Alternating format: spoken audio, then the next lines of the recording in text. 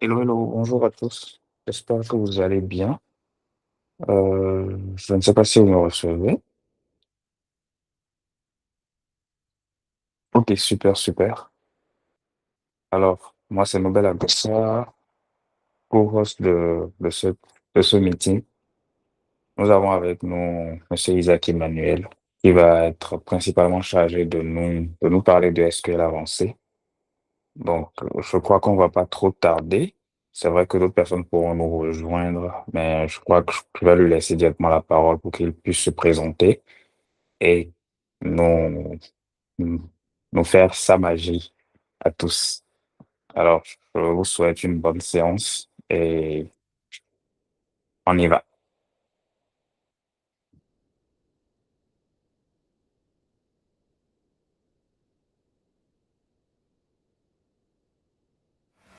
Allô, allô, est-ce que vous me recevez? Ok, top. Oui, on peut D'accord, refaire. super. Ok, bonjour tout le monde, j'espère que vous allez bien. Donc, merci encore à toute l'équipe de Python Guénin pour cette opportunité pour nous faire, voilà, de pouvoir plus ou moins essayer ensemble de partager, voilà, nos connaissances déjà sur tout ce qui a trait un peu à la data. Voilà, principalement pour le contexte de cette séance, nous serons sur du SQL avancé. Bon, avancé, je trouve même que c'est un grand mot. Disons qu'on va faire du SQL qui est orienté à l'analytique, qui vient répondre à des analyses un peu plus poussées. Voilà. L'objectif déjà de la science, c'est d'être vraiment dans la continuité de ce qui a été fait déjà par Abraham, la semaine passée, je crois. Voilà. Et principalement, ce sera d'apprendre ensemble, en fait, donc d'apprendre ensemble sur tout ce qui rentre en ligne de compte. Voilà, avec complètement avec le SQL, quoi. Donc, ouais, je vais passer à la présentation, c'est ça? Comment ça en même temps?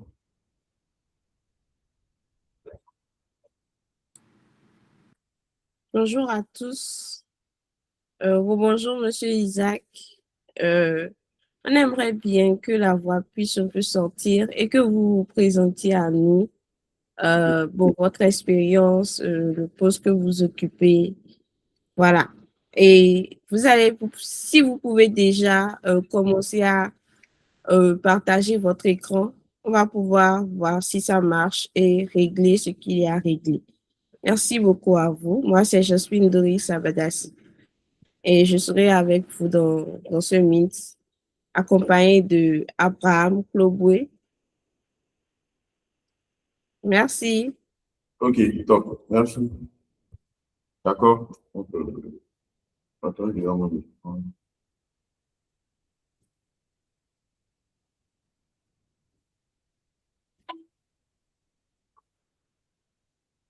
C'est bon, mon écran est partagé. Faut que tout le monde voit.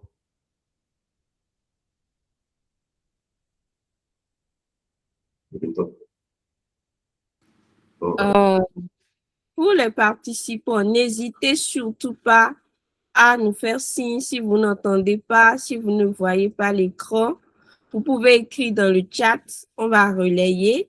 Pour les questions, avec Monsieur Isaac va faire les présentations. Peut-être qu'au cours de sa présentation, il va poser des questions ou demander si vous en avez. Sentez-vous libre de réagir. Vous pouvez aussi réagir dans le chat. Nous allons relayer. Donc, ici, c'est un rendez-vous de donner, de recevoir, comme il l'a dit. N'hésitez surtout pas à, à, à faire part de tout ce dont vous avez besoin. Merci. Ok, top. Ok, super. Ah, badass. Top. Ok, donc, voilà. Donc, je me représente, je suis Yao Isaac Emmanuel Kofi. Je suis ivoirien, voilà, 100%, voilà. Donc, je vis en Côte d'Ivoire, principalement. Donc, je suis data engineer. J'évolue aujourd'hui dans le domaine de la data depuis près de 3 ans maintenant. de 3 ans. Et puis, dans le domaine de la tech, principalement, près de 6 ans, on va dire 6 ans, 5 ans. Voilà. J'ai commencé en tant que j'avais une formation d'abord, au début, j'avais une formation de réseau, j'avais un BTS en réseau, télécom. Et puis après, je me suis lancé plus dans le développement, j'ai fait du software engineering, pas pendant assez longtemps. Voilà, et puis aujourd'hui, je me lance dans le domaine de la data depuis près de 3 ans maintenant, au poste de data engineer. Complètement, j'ai évolué plus ou moins dans pas mal d'entreprises. Voilà, donc j'aurai l'occasion, on aura l'occasion peut-être d'en parler dans le cours. Donc aujourd'hui, nous sommes là principalement pour parler de SQL aussi, pour parler de tout ce qui rentre en ligne de compte avec le SQL. Déjà, comme je le disais tout à l'heure, c'était vraiment dans une continuité de ce que Abraham avait fait la semaine passée, où on a parlé de tout ce qui était les bases du SQL, que ce soit l'historique, la création, le anti-SQL, tout ce qui est rentre en ligne de compte, voilà, dans l'apprentissage du SQL, tout ce qui est utilisé. Mais déjà, retenons pour ceux qui n'étaient pas peut-être à la séance passée que le SQL, pour le définir généralement, c'est un langage de requêtage. C'est-à-dire que c'est un langage par lequel on va passer, plus ou moins, accéder à une donnée. Aujourd'hui, la donnée, on dit c'est le nouveau pétrole. Disons, la donnée, c'est l'information. C'est cette information dont on a besoin pour piloter des activités. Donc, le SQL sera aussi l'outil par lequel on va partir récupérer cette donnée-là pour répondre à un besoin data, un besoin d'outils en fait. Donc, donc, je me représente, je suis Yaouisa, comme je l'ai dit tout à l'heure, j'ai 5 ans d'expérience. J'ai travaillé plus ou moins dans le domaine de la tech, principalement. J'ai été, on appelle ça développeur full stack, Python, et puis analyste SIG d'une entreprise qui était en Côte d'Ivoire ici, dans une ville qui s'appelle Darou, où j'ai travaillé dans l'administration de base de données. C'était mes premiers pas avec la donnée. Je rentrais vraiment avec les contacts avec la donnée complètement. Ce que je faisais là-bas, c'était déjà des sorties sur terrain, des collectes déjà de données, et puis la mise en forme de la donnée dans une base de données déjà, une base de données qui était constituée au niveau de l'entreprise et qu'il fallait afficher en fait sur une application web. Donc déjà, c'est mes premiers pas avec la donnée. Après, je vais dans une école en Côte d'Ivoire ici qui s'appelle INPHB, où j'obtiens un master en data science. Et voilà, je commence à travailler chez CNetPay, qui est une fintech. Voilà, une fintech, une entreprise qui offre tous ses services, une fintech, c'est-à-dire qui intègre des moyens, des API de paiement directement dans des plateformes web, pour aider tout ce qui est entreprises qui ont des plateformes web qui veulent encaisser de l'argent directement. Voilà, intègre juste les API et puis vite fait, il arrive à encaisser un peu partout sur tous les types d'opérateurs. Donc, je travaille là-bas en tant que data engineer au début. Après, je suis passé data spécialiste. Je touchais à plus que tout ce qui est la donnée. Dès le moment qu'il y avait besoin de mise à disposition de la donnée, j'étais là. Ils veulent mettre des modèles d'inférence. J'étais là aussi. J'essayais de faire un peu, voilà, ce que j'essayais de faire. Après, depuis décembre 2025, j'ai commencé chez Tidal Tech où j'occupe un poste de data engineer, une double casquette, data engineer, MLOps engineer.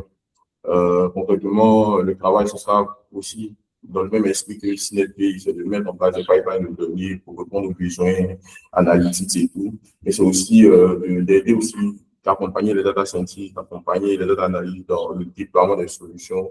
Donc, principalement, on va aller sur des technos, la plupart open source, mais sur la dockerisation, par exemple, sur les technos comme Kubernetes, des trucs comme ça. Voilà, on va utiliser aussi les API, on va développer des API pour faire suivre en fait ces modèles-là qu'ils ont conçus dans les applications métiers réelles. En fait. Donc, concrètement, c'est ce que je fais aujourd'hui déjà depuis un bon bout de temps. Voilà, merci. Donc, OK, donc, comme je le disais tout à l'heure, la séance aujourd'hui n'a pas, c'est pas forcément une séance si je veux, genre particulière, c'est-à-dire c'est pas vraiment une séance à laquelle on va venir découvrir, on va venir apprendre quelque chose, découvrir quelque chose, c'est vraiment la continuité des bases en fait que avant m'a posé la semaine passée.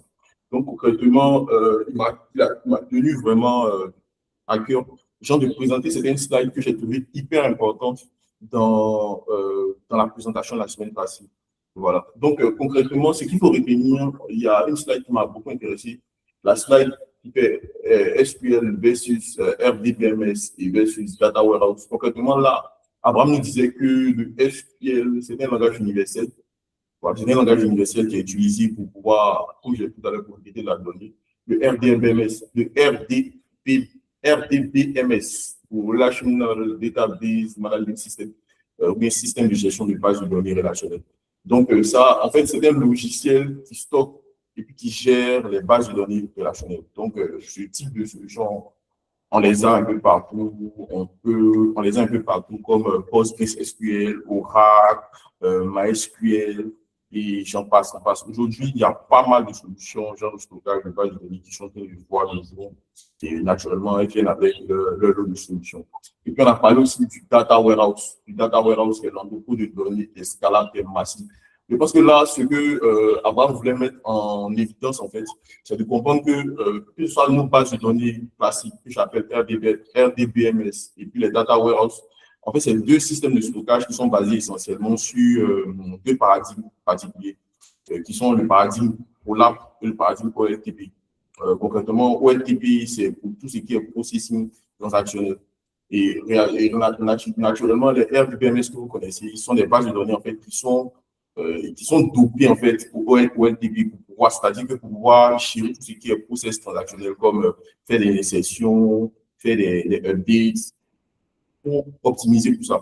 Mais nous, après, avec l'arrivée du Big Data et avec la montée, la forte demande de tout ce qui est besoin analytics, on a très souvent besoin en fait de manipuler la donnée dans tous les sens pour plus ou moins arriver à des analytics, à des insights qui sont des informations très importantes pour nos décideurs, en fait, pour mieux orienter les prises de décision dans le pays.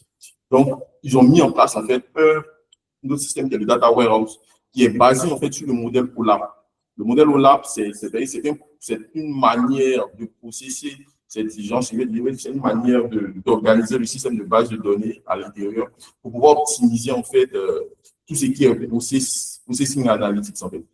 Voilà, donc le data warehouse il est posé sur le OLAP, le RDBMS, il est posé, RDBMS classique, il est posé sur le OLTP. Voilà. Ensuite, on a parlé, juste en bas, on a parlé des catégories de SQL. Ça, je trouve ça, on a parlé des catégories de SQL, je trouve ça hyper intéressant parce que ça nous permet de voir un peu complètement, faire une petite mind map de tout ce qui est commande SQL en fait et concrètement dans quel rôle elle est. Il y a concrètement les opérations type qui seront appelées DDL, qui sont des opérations plus ou moins qui vont venir appliquer des opérations SQL vont venir appliquer en fait appliquer quelque chose directement sur la donnée, en fait, sur la table. Par exemple, on peut créer une table, on peut supprimer la table, voilà, on peut supprimer, qu'on appelle ça même, on peut altérer les informations de la table, on peut supprimer les informations à l'intérieur de la table. Et toutes les opérations sont appliquées directement sur, pas forcément sur la donnée en elle-même, mais sur, en fait, l'entité qui stocke la donnée. Voilà. Donc, ensuite, maintenant, on a le DML, voilà, le DML avec toutes les opérations d'insertion, comme si chaque opération vraiment traditionnelle, toutes les opérations d'insertion, qu'on appelle ça même, de delete. On a aussi le TCL, tout ce qui est opération, commit, rollback, voilà. Le DQL, ou vraiment tout ce qui est manipulation de données avec sélection de colonnes, sélection de lignes et tout. Et le DCL pour tout ce qui est grand pivot, donc concrètement tout ce qui est airbag, role-based access control. C'est-à-dire que donner des droits utilisateurs en fait à certains utilisateurs sur certaines tables.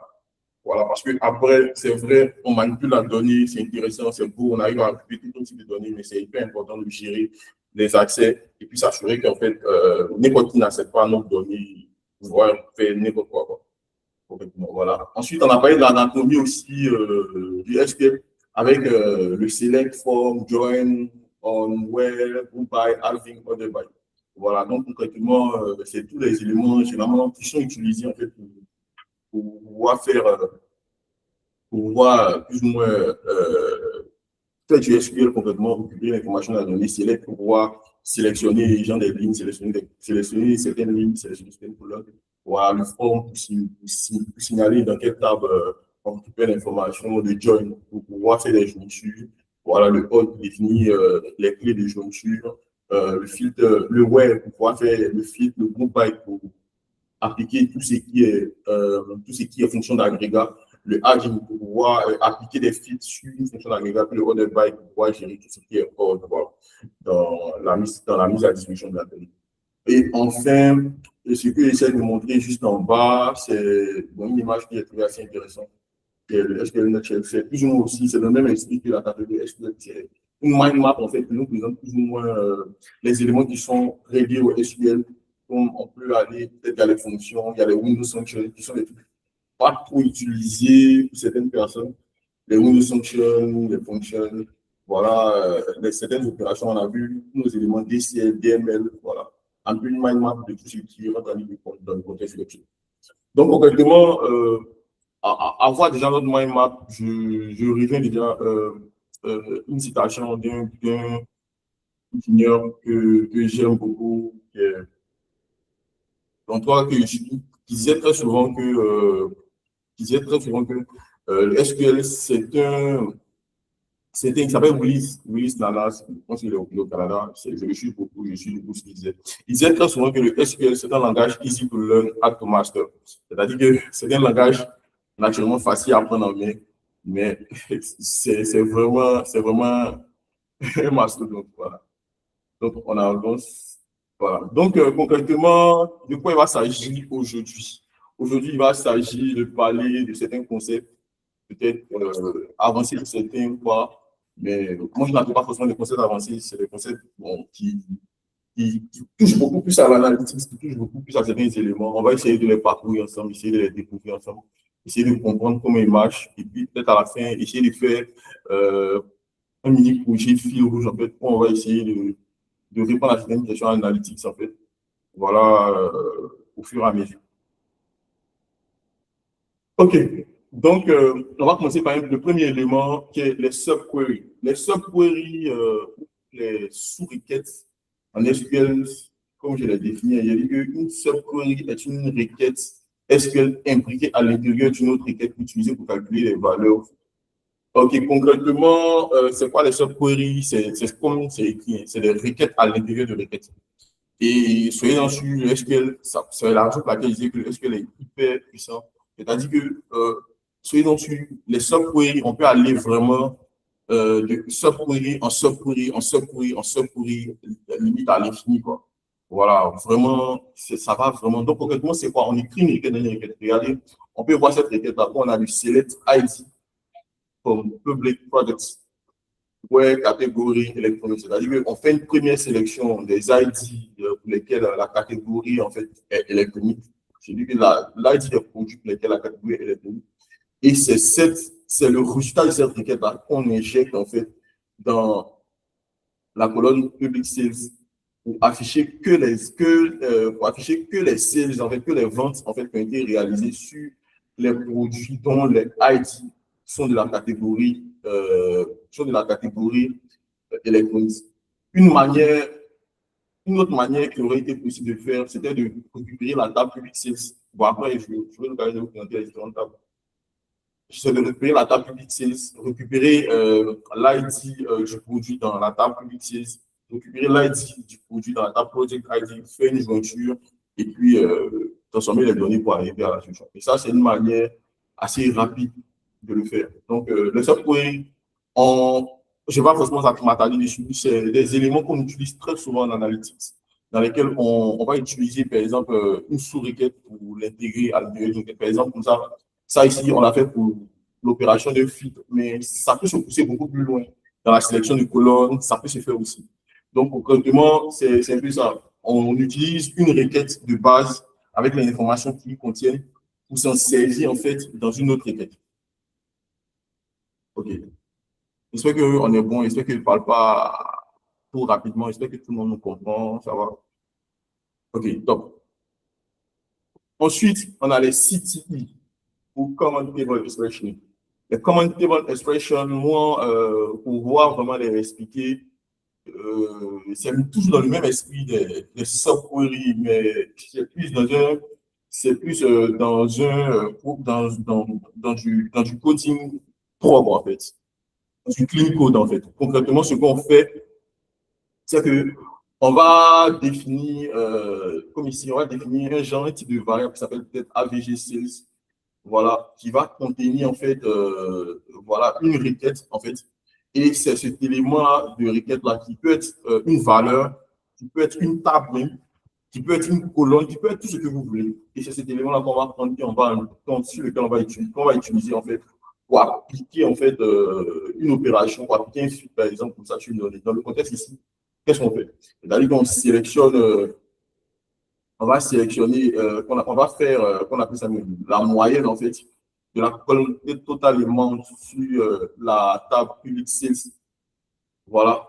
Et cette moyenne-là, on va l'envoyer dans la table public sales pour faire quoi? Pour récupérer uniquement que les ventes en fait, dont le total amount, c'est-à-dire que le taux d'achat, le prix d'achat, le prix de vente, le prix de vente en fait, est supérieur à la moyenne des ventes, des ventes en fait, dans la table. Concrètement, si on veut suivre, par exemple, pour voir si on arrive plus ou moins à être, c'est-à-dire que nos ventes ont pris une certaine ascension, c'est peut-être une requête analytique qu'on peut faire. Donc, concrètement, c'est ça. Et on utilise ces syntaxes à oui, on crée la table dont on a besoin, et puis on dit sa table, la variable dont on a besoin, et puis cette variable, on requête comme si on requêtait sur une table. C'est vraiment un élément puissant, c'est vraiment un élément qui est très recommandé dans les best practices parce que après, c'est vrai, on écrit des requêtes SQL, on arrive à récupérer les données, mais c'est hyper important que notre code soit un code qui est partagé. Très souvent, c'est des revues de code, donc que généralement dans les équipes d'ingénieurs qu'on fait. Si par exemple, tu es data ingénieur, tu travailles avec un senior data ingénieur, très souvent, il y aura des séances de revue de code pour s'assurer que tu récupères la bonne information dans la bonne table et que les informations que tu récupères, c'est des informations qui sont correctes. Donc, très souvent, utiliser des subqueries dans les subqueries, c'est fatigant, c'est difficile. Une subquery, c'est-à-dire, genre, ce qui est recommandé très souvent, c'est une subquery à l'intérieur d'une autre. Vite fait. Et puis même, il faudrait que les subqueries là soient le moins complexe possible. En développement même, il y a un concept qu'on appelle le concept solide. Je ne sais pas si vous le connaissez, le concept solide. C'est un concept en fait qui définit plus ou moins comment on doit développer une solution.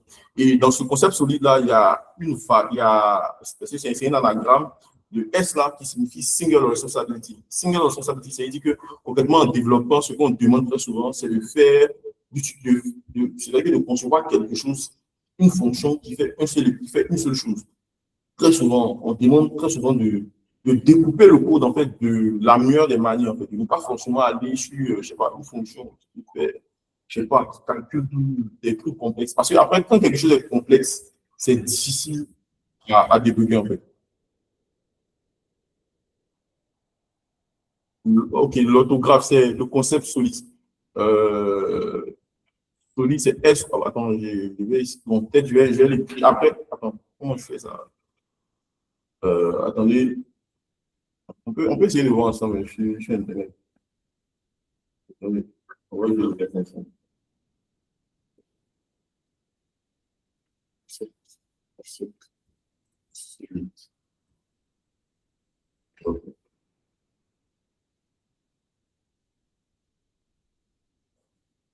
Ok, ok, voilà. Donc, voilà, ça, le concept de solidarité est un acronyme regroupant 5, si vous voyez bien.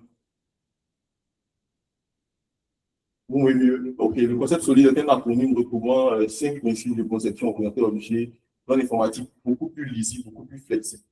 Voilà, donc le S qui signifie single responsibility, place doit avoir une seule raison de changer, signifiant qu'elle doit assumer une seule responsabilité. Voilà.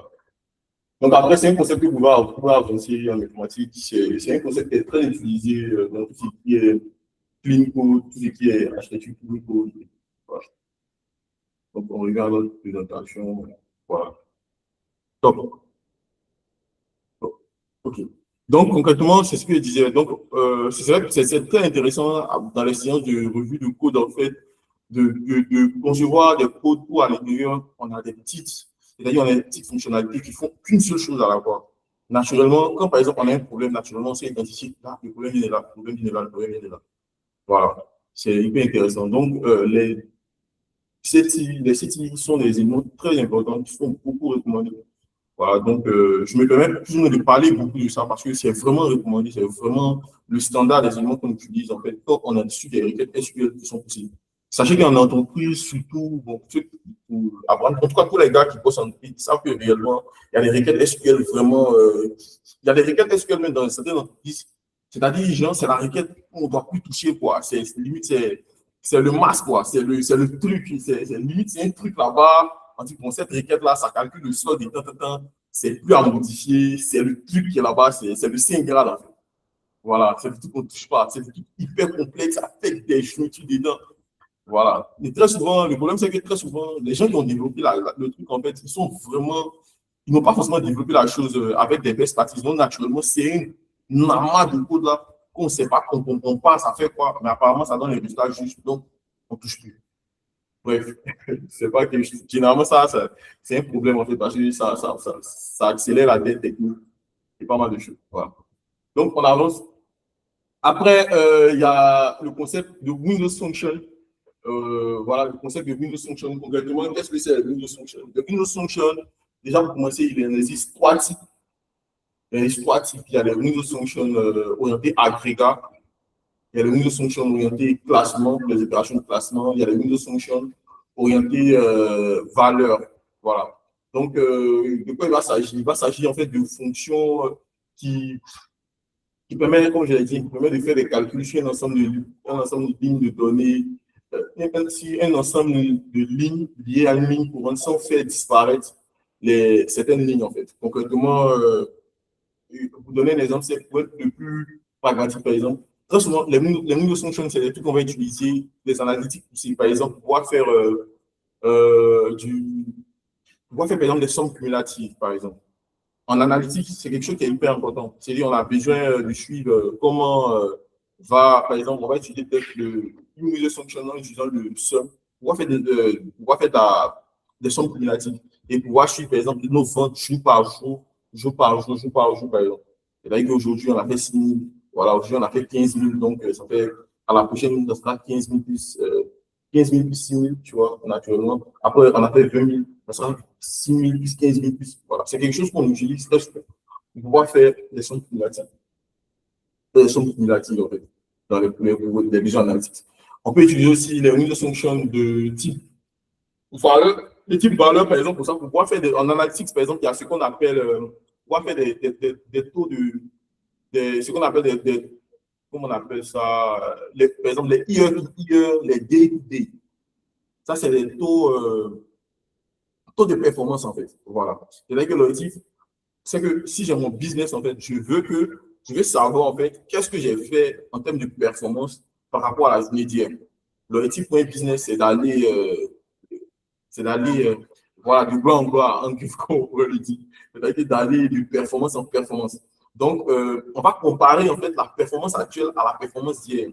Et puis, faire, comme on connaissait, évaluer le taux de croissance, tout le monde peut dire que, aujourd'hui, on est sur plus de 20% de croissance, on est sur 15% de croissance, ou bien on est sur une baisse, voilà. Concrètement, c'est les KPI qui sont utilisés en analytics pour pouvoir monitorer le business et puis pouvoir faire des sonnettes d'alarme. Par exemple, j'ai envie de dire, par exemple, si tu suis, par exemple, l'activité de tes clients, pour ça sur ton site, par exemple, et puis tu vois que sur ton site, aujourd'hui, tu as eu peut-être 15 000 utilisateurs, et puis la journée de demain, tu as 3 utilisateurs. Tu vas te poser des questions, tu te dis, mais qu'est-ce qui s'est passé? Il faudrait qu'on explique. Parce que tu vas voir que, par exemple, 15 000 utilisateurs aujourd'hui par rapport à la journée de demain qui est 3 utilisateurs, naturellement, si tu fais un taux de croissance, tu vas voir que tu es vraiment en forte baisse. Quoi. Voilà. Donc, c'est ces types, c'est ces requêtes que là qu'on utilise, en fait, pour pouvoir mettre des mécanismes d'alerte, pour pouvoir faire des comparatifs, pour pouvoir évaluer les taux de croissance, en fait, entre différentes périodes dans le temps. Voilà. Concrètement, c'est ça. Donc, on aura l'occasion, Jean, déjà, de l'explorer plus ou moins, de voir comment elle fonctionne. Ensuite, on a les triggers. Donc, les triggers, ce sont, comme je l'ai dit, hein, c'est un trigger, c'est un mécanisme automatique qui est une action, une fonction, voilà, lorsqu'un événement se produit sur une table. Concrètement, les triggers, en fait, L'objectif, en fait, c'est d'automatiser certaines actions, en fait. Donc, c'est des éléments qu'on va utiliser très souvent pour pouvoir, qu'on appelle ça même, qu'on va utiliser très souvent pour pouvoir réaliser une action de façon automatique, sans pour autant qu'elle, une action de façon automatique, en fait, sans pour autant une action humaine, en fait. Faut le comprendre comme ça. Faut le comprendre comme ça. Donc, concrètement, comment je peux expliquer, par exemple, un cas d'usage dans lequel on peut utiliser un trigger. Par exemple, supposons, par exemple, on veut loguer, je sais pas, les ventes, par exemple, dans le système. On veut loguer les ventes dans le système ou bien on veut suivre, en fait, les ventes dans le système. Donc, on peut mettre en place un trigger, par exemple, pour que, une fois que peut-être une vente est réalisée, on appelle ça même, c'est-à-dire que l'information de la vente soit stockée dans une autre table qui répond à un besoin. Concrètement, c'est un mécanisme automatique. Donc, c'est suivant des différents scénarios qu'on va identifier, qu'on trouve pertinents, qu'on trouve intéressants, qu'on va les utiliser. Qu'on trouve pertinent, qu'on va les utiliser. Par exemple, pour nous, par exemple, dans le temps, moi, je me rappelle, chez Synergy, par exemple, on utilisait les triggers, en fait, pour pouvoir gérer, pouvoir suivre, en fait, plus ou moins l'état de certaines transactions. Par exemple, il y a certaines transactions qui rentrent dans notre système comme ça et puis qui changent d'état. C'est-à-dire, il y a certaines transactions, une transaction rentre dans notre système, avant d'être validée, en fait, elle va passer par une période qu'on appelle période de pending. C'est-à-dire une période en fait, où on doit s'assurer que la transaction, on parle forcément dans les détails, la transaction est valide, la transaction respecte tout ce qui est normal. Après que peut-être la transaction passe. Généralement, la transaction est instantanée. Donc, qu'est-ce que cette transaction? Si on veut suivre, par exemple, le temps entre lequel la transaction est passée de l'étape pending à l'étape accepté ou bien à de l'étape pending à l'étape échec, on peut mettre un trigger pour pouvoir, par exemple, quand la transaction vient à une première étape, ça met peut-être la transaction avec l'information, peut-être la date, quand la transaction est venue avec la date d'arrivée de la transaction.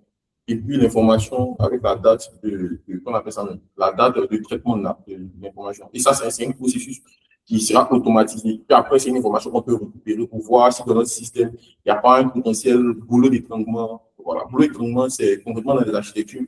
C'est les éléments, en fait, dans le système qui portent à tête le système, c'est finalement qui vont baisser en performance, en fait, dans le système. C'est ce qu'on appelle très souvent les boulots d'étranglement en termes d'architecture. Voilà, donc c'est une manière de faire. Ça peut répondre à un use case très, très intéressant. Donc, je pense que ce serait déjà pour vous, en tant qu'analytics, data analyst, data scientist, data engineer, d'identifier en fait dans quel point on peut utiliser un trigger pour répondre à un besoin, dans quel point on peut utiliser un trigger pour répondre à un besoin. Mais complètement pour restructurer tout ce qu'on peut dire, c'est quelque chose qui s'exécute, c'est un process qui est exécuté en fait de façon automatique, en fait, sans une action humaine. Voilà. Ensuite, on a les fonctions. Les fonctions. Donc, les fonctions, ce sera des fonctions comme on le connaît dans tous nos langages de programmation. En fait, c'est les fonctions SQL qui vont recevoir les paramètres et puis donner un résultat. Voilà, par exemple, comme ça, moi, je me rappelle chez Synergy, par exemple, pour nos machins, pour nos clients, par exemple, nos clients, par exemple, on avait une fonction SQL qu'on utilisait pour calculer le solde.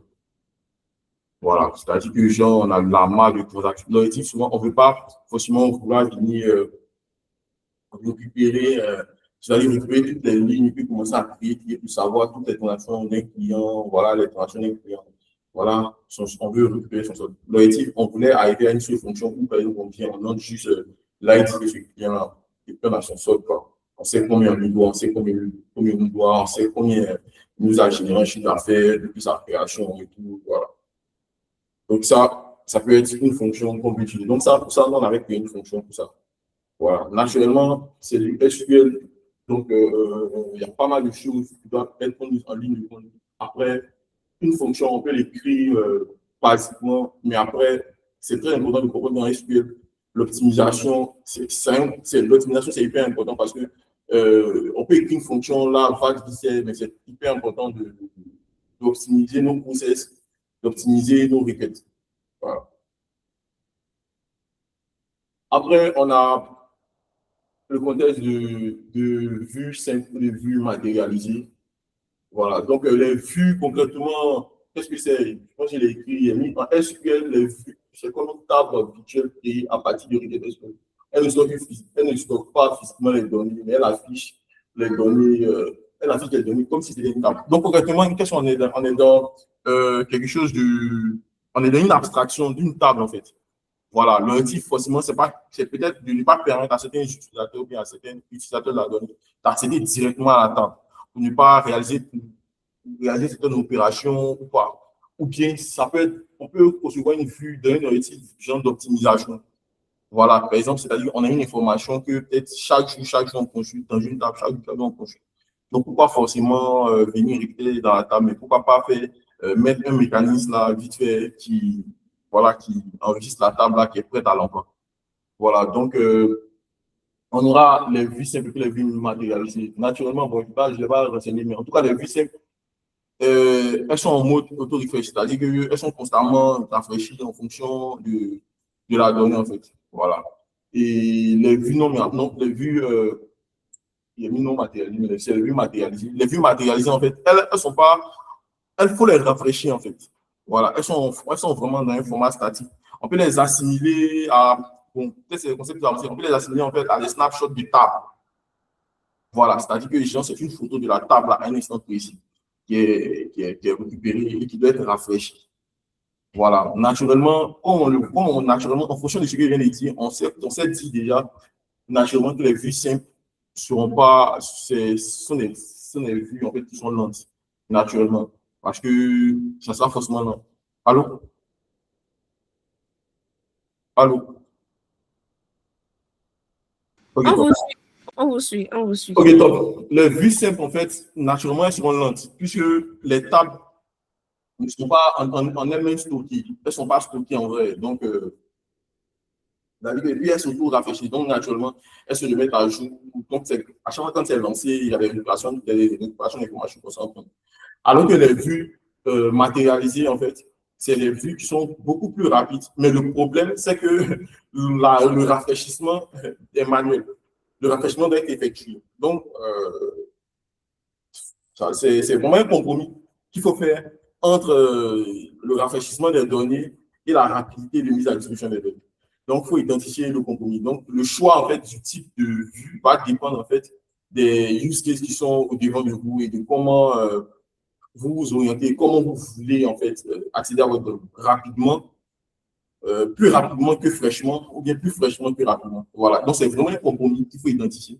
Et puis, voilà.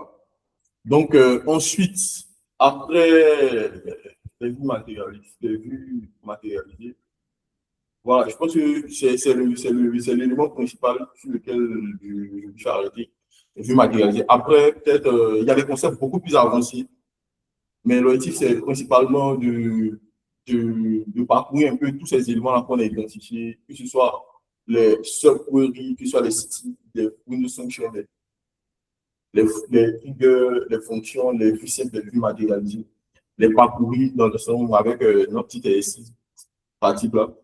Et puis bon, après, il y a des concepts beaucoup plus avancés comme les partitions, voilà, pour aider à l'accès à la donnée beaucoup plus rapidement, les snapshots, pouvoir, qu'on appelle ça, pouvoir stocker un état latent, un état statique des données à des périodes bien définies pour pouvoir gérer tout ce qui est backup dans, si par exemple, comme ça, nos données, là, par exemple, sont qu'on appelle il arrive, par exemple, comme ça, l'entrepôt de données, ou bien le point où on stocke la donnée, le point de vue physique est attaqué, voilà. Donc, c'est tous des mécanismes, en fait, pour pouvoir récupérer, pouvoir revenir, récupérer la donnée, en fait, qui peut être potentiellement perdue. Voilà. Donc, ça, tout ça, c'est des concepts beaucoup plus avancés.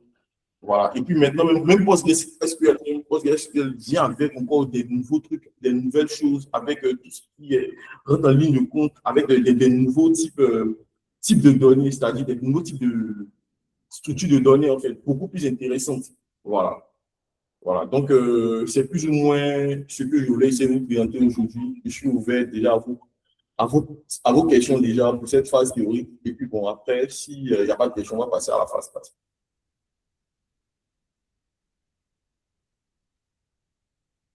Alors, OK. Merci, Monsieur Isaac. Euh, Bon, à l'attention des participants, le micro est à vous, hein. Vous pouvez poser les questions et tout. Donc, si vous n'en avez pas, on va passer à la phase pratique. Peut-être que ça vous aidera à mieux poser, à mieux avoir une vision plus pratique des notions qu'on a abordées et tout. Donc, je précise que, bien sûr, le replay de la session sera disponible et que les ressources seront aussi disponibles. Ne vous inquiétez pas pour ça. Merci. Donc, Monsieur Isaac, on va attendre quelques minutes, disons 2-3 minutes, et s'il n'y a pas de questions, vous allez pouvoir passer à la phase de la pratique. Ok, pas de souci. Déjà, Bonsoir les merci. gars. Ouais, déjà les gars, je tiens à dire que c'est vraiment un moment d'échange, donc ce serait vraiment intéressant que, en tout cas, on posait les questions, on essaie déjà de répondre ensemble. Il y a les experts qui sont là, il y a beaucoup d'experts qui sont là, il y a Abraham qui est là, il y a les étudiants qui sont là. Donc, les gars, posez les questions, essayons d'échanger, apprenons chacun. Voilà. Puis, ouvert.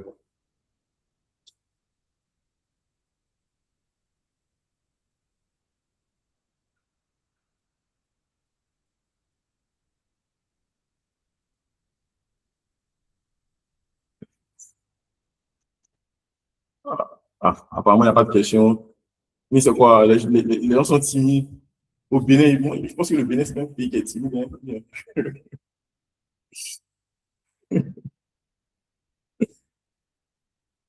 Sérieusement, il n'y a aucune question Voilà, top. On a une question de Prince Ange, je crois. Allez-y, allez-y. Dès que vous levez la Oui, main. oui. Bonjour tout le monde. J'espère que vous Bonjour. passez un bon samedi. Voilà, j'ai suivi la présentation un peu juste ici. Il y a une chose qui a particulièrement attiré mon attention puisque je commence nouvellement à m'intéresser à SQL en profondeur. Je suis développeur web déjà, donc je faisais du SQL en surface, si je peux le dire comme ça. Donc j'ai vu tout à l'heure passer le slide sur les CTE. J'ai Ok. oublié le truc là. Si on peut reculer un peu. Voilà, Ok. j'aimerais un peu plus d'explications à ce niveau. Enfin, quand je lis le code, je comprends Mhm. parfaitement. Ça ressemble un peu au macro qu'on utilise par exemple avec SL, VBA SL, ou je dirais c'est un peu comme une variable dans un langage de Mhm. programmation où, Euh, à partir du moment où Exactement. on l'a défini, on peut Mhm. faire appel, ça devient peut-être un scalaire, c'est-à-dire une constante qu'on peut rappeler à tout Exactement. moment. C'est ça, hein. C'est ça, effectivement. En fait, c'est tellement le terme scalaire, exactement. C'est-à-dire que c'est un genre de table, en fait. Bon, je sais pas comment, exact, c'est le scalaire, en fait, c'est vraiment un vecteur dimensionné, Ok, genre, en fait, on va ok, utiliser, en fait, d'accord. voilà, pour ne pas. Donc, quand, quand je définis ça, enfin, quand je définis un situé dans un code SQL, dans Mhm. tout le travail que j'aurai à faire, il suffit juste de faire appel à cette variable-là et j'aurai toujours la constante qui est dedans. Enfin, si tant est que la table a été mise à jour, j'aurai toujours la variable que je veux. Ouais, ouais, ouais. Mais Ok, concrètement, quand tu dis définir, dans tout le code, en fait, à l'exécution du code, je rappelle, c'est ok, pas genre tu définis, ça reste en mémoire et puis ça peut être rappelé, non. C'est pas possible. C'est-à-dire que c'est dans l'exécution du code. C'est-à-dire, ici, par exemple, avec la requête que je t'ai présentée, c'est-à-dire que je vais exécuter toute oui, la requête pour accéder à la donnée. d'accord. Ok, merci beaucoup, c'est gentil. Ok, c'est top. Ouais, Après, je comprends un peu, c'est pas forcément normalement, en tant que dev web, puisque très souvent, oui, vous êtes appelé à utiliser vous utilisez plus ou moins des ORM, c'est ça? Vous pouvez interagir avec les bases de données. exactement, Voilà. Donc, exactement, on après, utilise des URL directs. voilà. Donc, je comprends. Après, Oui, oui. c'est normal. Donc, naturellement, cette abstraction, parce que le problème, c'est que nous, côté data, en fait, nous, on n'a pas, nous, on va, en fait, vraiment dans le SQL après. Donc, après, vous, c'est vraiment, vraiment une couche au-dessus. Donc, naturellement, on n'est pas forcément besoin d'utiliser. des trucs comme ça. Mais après, je trouve que c'est hyper important, peut-être pour toi, pour ton taf, pour être beaucoup plus positif, de comprendre genre, que ces choses en vrai existent. Parce qu'après, les ORM, ça vient Oui, de. bon.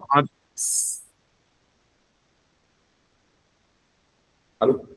Oui, en fait, en tant que dev web, oui, je vous écoute. En tant que dev web, Ouais, en utilisant les ORM, déjà, il y a des abstractions qu'on n'a plus exactement. besoin de faire, donc c'est déjà fait, et puis nous, on en profite juste pour aller vite. Mais là, C'est ça. ça devient beaucoup plus intéressant, on met la main à la pâte nous-mêmes. Donc voilà, c'est Ouais, ouais, ouais. Bon, l'essentiel, c'est arrivé à la ouais, solution. merci. Ouais, ok. Top. OK.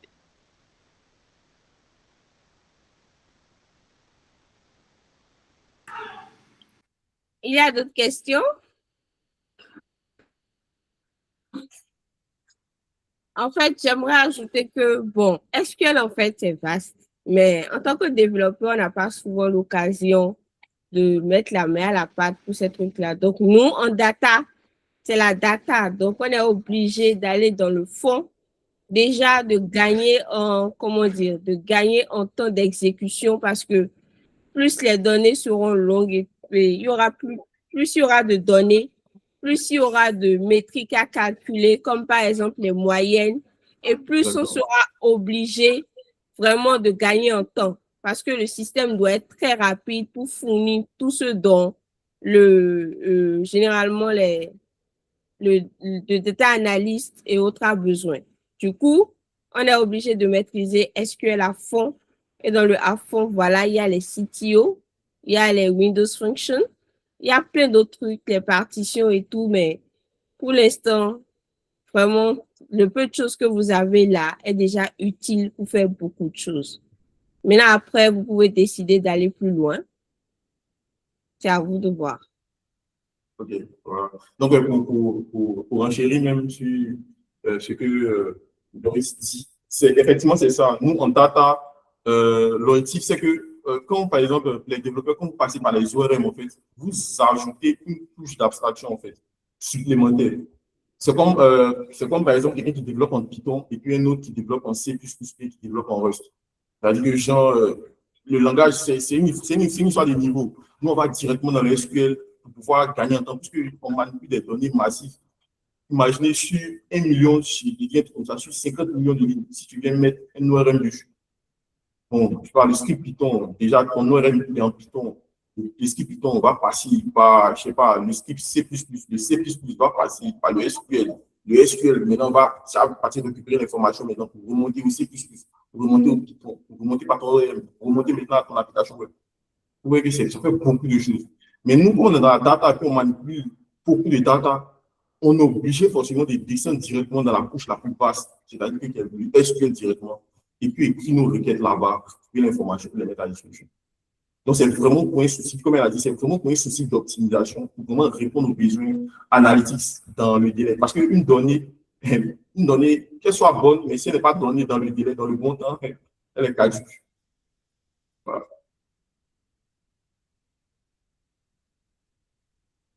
Pas d'autres questions? Ouais.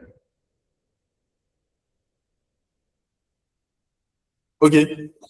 On s'en a François. Bonjour tout le monde. Bonjour. Euh, Ce n'est pas vraiment une question, c'est plutôt une demande. Est-ce que vous aurez, parce que moi aussi je suis développeur back-end, je fais du Django principalement, donc c'est le RM de Django qu'on utilise. Donc je n'ai pas vraiment l'occasion de manipuler le SQL, à moins que ce soit vraiment. Donc je me demandais s'il y avait pas, si vous n'avez pas des moyens ou bien comment dire, des plateformes qui vont nous aider plutôt à nous perfectionner dans ce domaine, dans le SQL. OK. Plateforme, Et en passant, il peut y avoir beaucoup de plateformes. Il y a des plateformes chez Internet. Bon, je n'ai pas dit ça, mais je n'ai pas en tête là, vite fait. Mais je pense qu'il y a pas mal de plateformes qui font nous permettre de manipuler. Mais moi, en fait, voilà, il y a Abraham qui vient de dire Data Lemur. C'est une plateforme. Mais moi, moi, un conseil que moi, je peux te donner, un conseil que je te donne, et il y a et LeetCode, par exemple. Bon, après, ça sera un peu difficile, hein. C'est-à-dire que ta couche ORM, c'est quand tu développes tes classes et puis les gens, tu fais des opérations dans ton application. Quand tu fais des opérations, par exemple, d'insertion, de trucs là. Essaye de ne pas passer par ta classe ORM, en fait, mais essaye d'utiliser du SQL. Tu SQL, puis, OK. Les gens essayent. Les gens, concrètement, je ne dis pas que c'est la manière la plus optimale de le faire, mais c'est la manière, en fait, de développer de telles compétences-là, en fait, sur le SQL, en fait. C'est-à-dire que quand tu développes ton application, passe par du SQL. C'est-à-dire que genre, tu as vraiment du SQL et puis tu utilises ton script Python pour récupérer l'information dont tu as besoin au moment où tu as besoin. OK, Mais après c'est une manière de faire, mais je trouve que ce n'est pas forcément la meilleure des manières de faire. Tous les gens, ça ne va pas répondre forcément à ton besoin. Il y a des joueurs qui répondent aux besoins. Donc après, peut-être c'est beaucoup plus intéressant de partir sur les plateformes comme il a dit, Data, les murs, voilà, pour comprendre. OK, c'est compris. Merci beaucoup. Donc,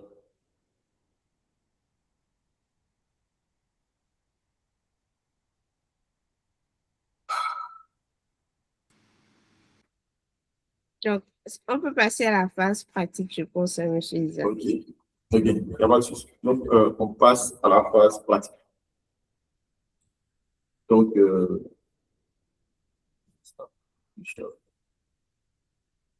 OK.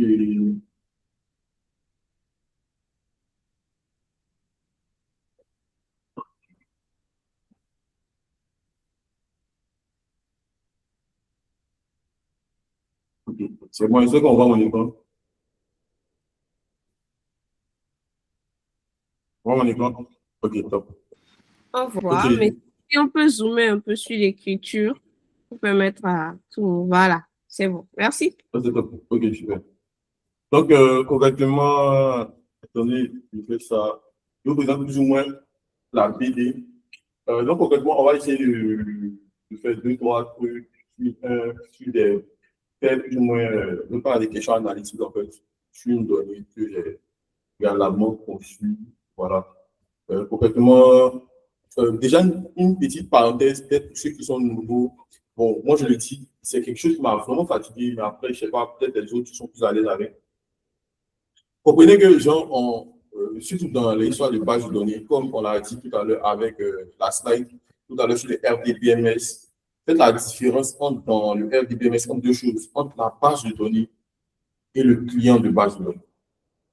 Ça, je me rappelle dans le temps, comment je commençais avec les bases de données, c'est quelque chose que je ne comprenais pas. Chaque fois, en fait, je ne savais pas faire la différence. Par exemple, comment je tapais sur YouTube, installer une base de données, qu'on appelle ça, installer une base de données Postgres, puis tu envoies le tuto, dans le tuto, tu rentres, tu cliques, la base de données installée. Et puis après, on te dit, tape PGAdmin, tu vas sur PGAdmin. Mais concrètement, comprenez qu'il y a deux choses. Il y a la base de données qui est comme toute la qui est le système même qui stocke la donnée, qui processe les requêtes avec un core engine, un composant en fait qui requête. Et puis, il y a le client de base de données. Le client de base de données, c'est l'utilitaire graphique UI qui te permet en fait d'aller et récupérer l'information dans la base de données en utilisant ton langage SQL. Donc ici, concrètement, qu'est-ce qu'on a? Ici, on a l'utilitaire graphique UI qui s'appelle PGAdmin. Voilà, que j'ai pas installé, je suis passé, bon, que j'ai installé, on va dire que j'ai installé. Voilà. J'ai récupéré ici, voilà, j'ai installé dans mon environnement local à la maison. Et puis maintenant, il y a, on appelle ça même la base de données qui est sur du Supabase, qui est installé sur une plateforme web. Supabase, pour ceux qui ne savent pas, c'est la version cloud native de Postgres. En fait, c'est cloud native, c'est-à-dire que sinon, c'est une version en fait, déployée sur le cloud. Voilà, c'est comme une base de données qui est sur le cloud, qui est disponible, qui est accessible par tout le monde. Et pour info, mais c'est même pas moi-même qui ai construit c'est moi-même qui ai construit la base de données. C'est Abraham qui a construit la base de données sur sa plateforme, sur son espace, Supabase.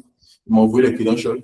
Et moi, je suis passé par le client de base de données qui est PGAdmin, me connecter à la base de données, créer, voilà, là-bas, créer ma donnée, créer mes tables, créer ma base de données. Donc, c'est un petit bonus. Parce que très souvent, c'est quelque chose que les gens comprennent mal. C'est quelque chose que si tu utilises juste, tu installes juste une base de données en local, tu ne comprends pas. Et ne pas comprendre ça, ça va arriver peut-être devant, quand peut-être tu seras amené peut-être à faire un déploiement, ou peut-être il y a ta base de données à déployer, tu vas passer par des sociétés comme du Docker, du Kubernetes. Là-bas, tu as compris qu'en fait, effectivement, il y a vraiment deux éléments à distinguer. Le client de base de données et la base de données. Voilà. Donc, c'était juste un petit bonus. Donc là, concrètement, pour la base de données, j'ai fait une base de données que j'ai appelée PyData ABJ. PyData ABJ session 2. Voilà, pour parler de la session sur SQL avancée. Et quand on rentre à l'intérieur, j'ai créé 3 tables pour essayer de visualiser. 3 tables assez simples hein, qui contiennent des informations de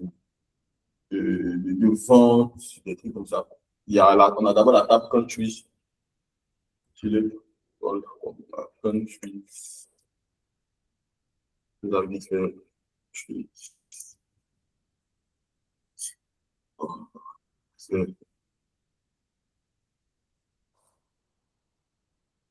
Ok, donc on a countries du même sans limite. Ok, donc on a la table countries et dans la table countries, on a l'ID du pays et puis on a les différents pays, Nigeria, Togo, Ghana, Bénin, Côte d'Ivoire. Côte d'Ivoire, bon, il n'y a pas vraiment, mais les pays, nous, on a un accent, bon, je sais pas, on a des accents comme ça, il n'y a pas vraiment, mais les petits pays, Côte d'Ivoire. Voilà. On a aussi la table product.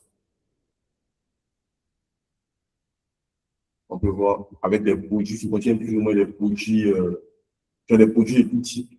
On a des produits électroniques, on a des furnitures, on a tout ce qui est table, chaises, voilà. On a différents produits, des produits cosmétiques, fiches, avec quoi? Avec le prix de vente, le prix d'achat, et puis la date à laquelle on a créé le produit. Puis on a et puis on a la table sales qui parle des ventes en fait. Tu vas venir parler des ventes, on a vendu quoi?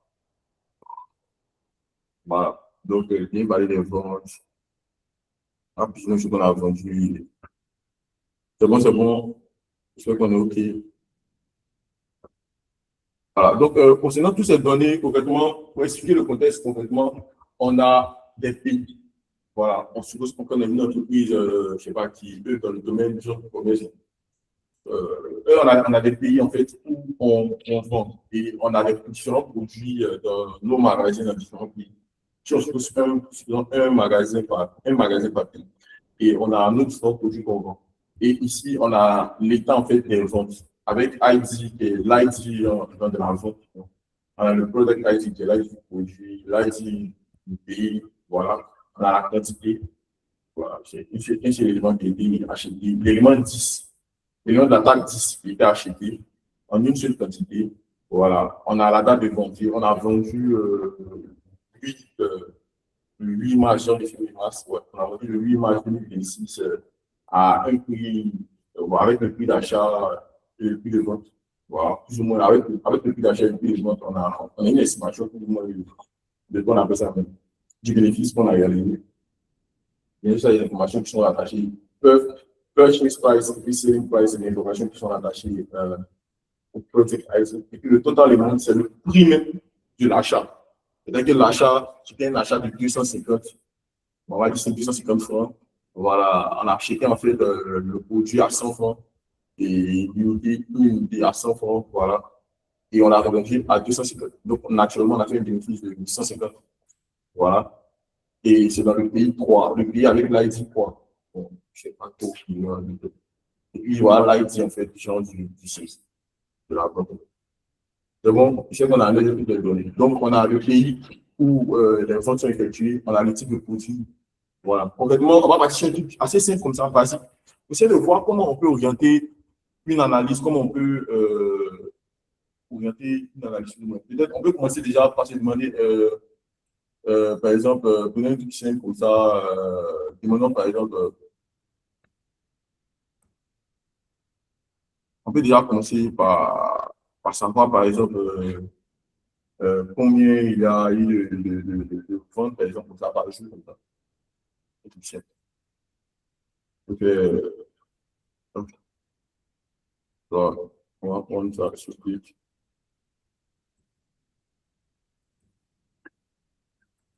Shaded.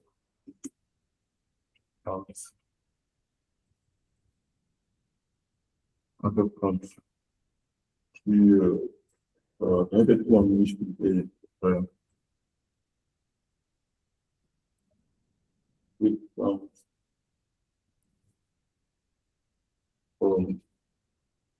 Directement le soir.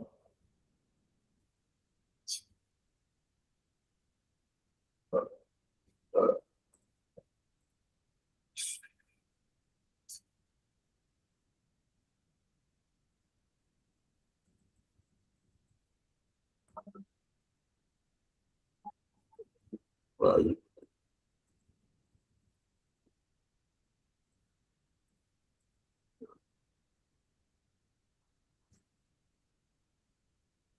Ok, donc on peut voir que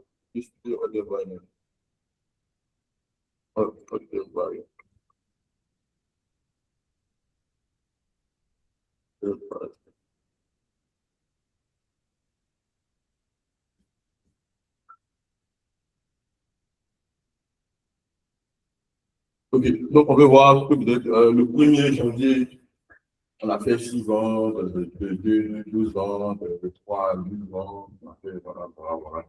De 4, on a fait 12 ventes. Donc, dans le son, voilà, voici comment évoluer nos. Voilà. Donc, après, on peut essayer de répondre à certaines questions, peut-être analytiques comme ça. Une question peut-être qu'on peut se poser, ça, après ça, c'est des questions qui peuvent venir. On peut essayer peut-être de comprendre combien on a fait de ventes entre, je sais pas, combien on a fait de ventes entre le premier, je sais pas, on va dire, on va poser des questions. Prenons un truc simple. On va faire un truc simple.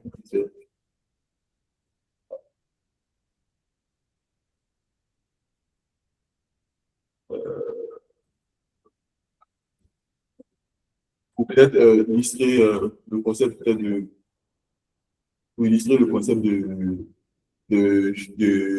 qu'on appelle ça même, de sécurité, par exemple, tout à l'heure. Voilà. Allons dire ça. Le concept de sécurité. Donc, on peut faire d'abord, oui. On va dire, et, on va appeler ça C. On va appeler ça country. On va appeler ça select country. Select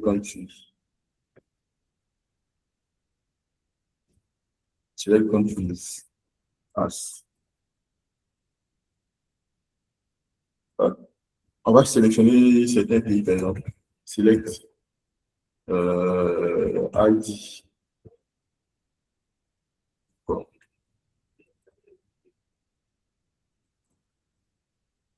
From countries where it's country, avant différents pays de l'Europe.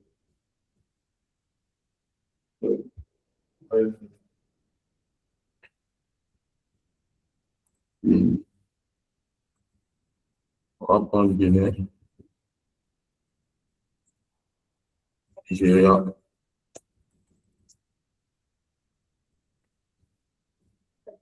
le Bénin, Togo, juste.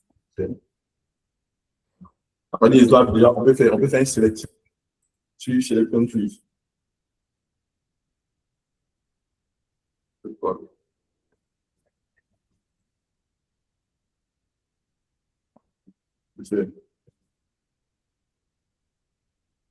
Ok, on a déjà les ID. Donc, on va les ID. Tout à l'heure, c'est ce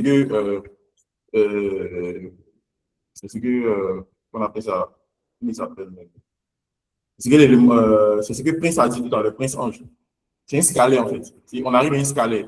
Et c'est ce scalet-là qu'on va utiliser, en fait, pour appliquer des filtres. Donc, déjà, là, maintenant, je peux sélectionner, je peux faire ça.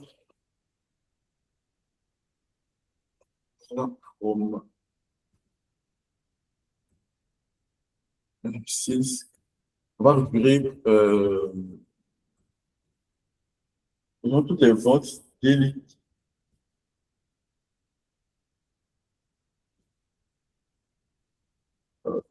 Pas les colonnes en texte. Donc, toutes les ventes daily, en fait. Donc, le ID country est donc on peut prendre ouais,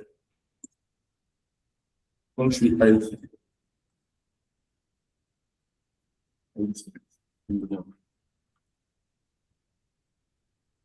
Ok, vas-y. Une select. Voilà.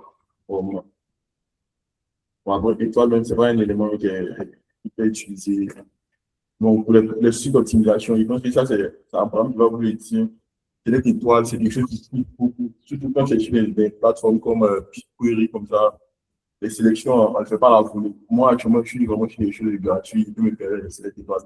C'est hyper important de signifier les colonnes qu'on récupère. Donc, select étoile comme ID, comme select. Donc, à partir d'ici, on peut faire un truc comme ça. Ah, vous voyez qu'on n'aura que les comptes sur lesquels on est dans ça, on est dans du billing pour vous. En fait, c'est que les ventes, ça. À partir de ça, même là, on peut pousser le truc beaucoup plus loin. Et même, on peut faire même une jointure. C'est-à-dire que cette table-là, on peut faire une jointure avec, on peut faire une jointure même avec la table, la table courte, hein. Bien, bien, ouais, même pas forcément besoin de jointure. Genre, je peux récupérer directement le lien ici.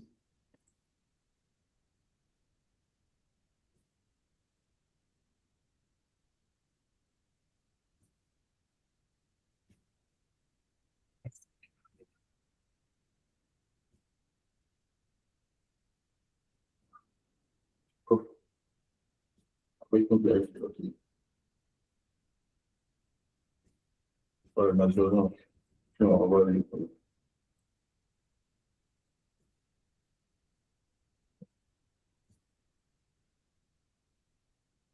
Ok.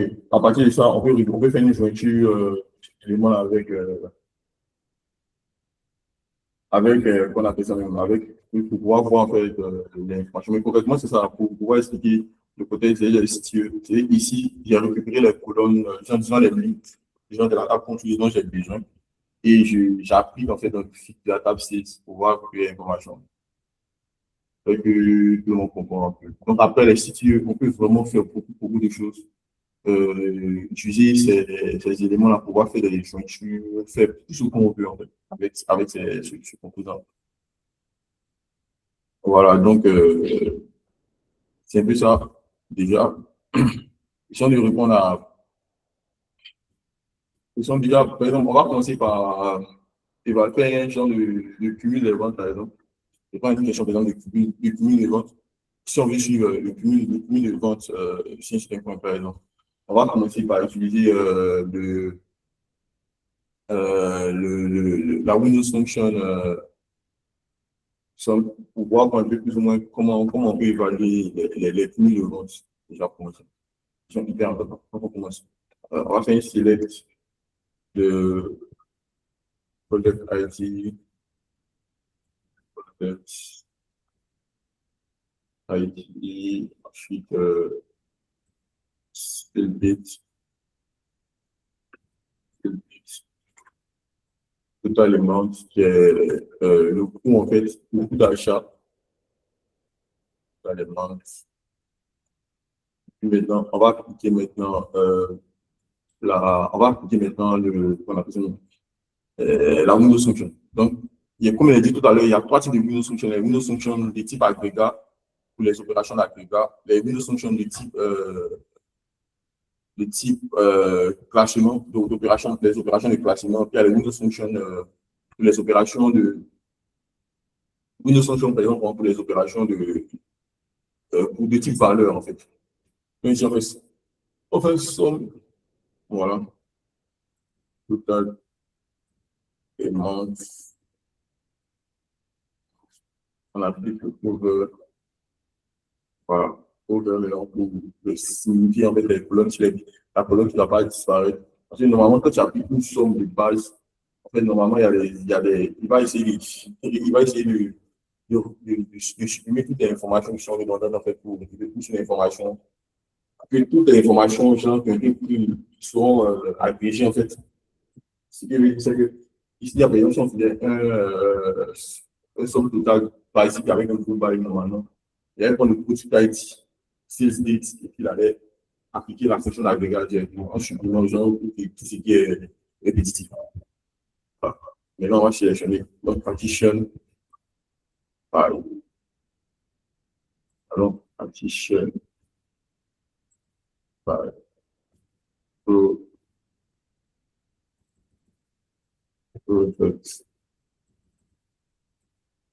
IT. Okay. Right. Seal it. Voilà. Moi, je suis village aussi. Voilà. Je vais appeler ça le somme positive dans as. C'est une somme positive dans valide.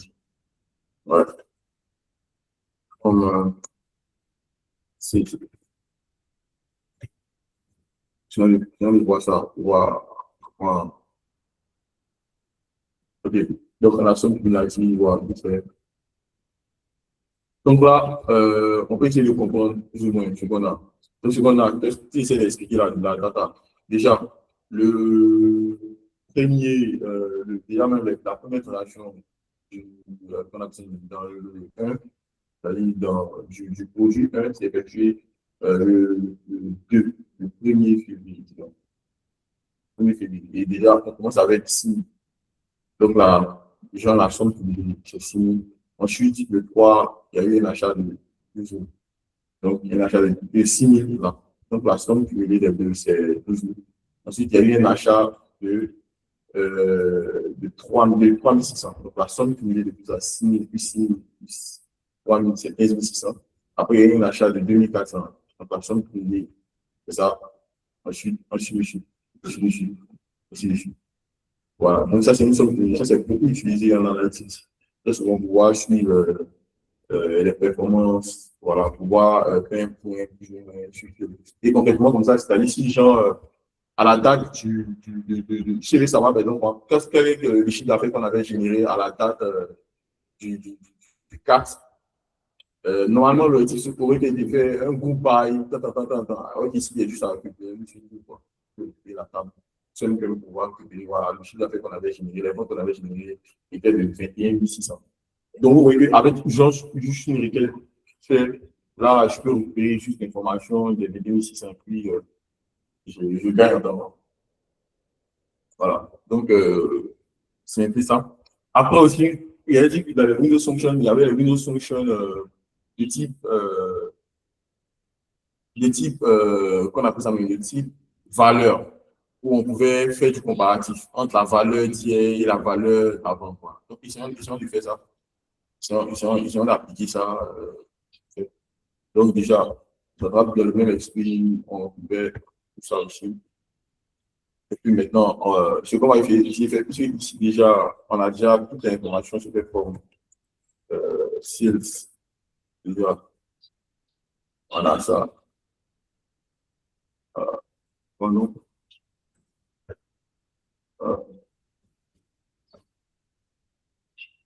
OK.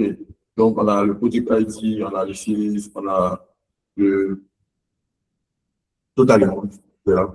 Donc, à partir d'ici, déjà, on peut essayer peut-être de faire des performances, par exemple, pour pouvoir s'assurer que, pour voir en fait, comment tout évolue par rapport à la veille. Allô? Ah, OK. Il n'y a pas de question. N'hésitez pas à m'arrêter s'il y a une question, s'il y a un élément. OK. Donc, on va essayer de faire une évaluation de la croissance. Donc là, je peux faire ça. Donc, j'ai déjà le tout dans le monde qui est le taux de croissance. Donc, ici maintenant, Généralement, je fais le total petit lac.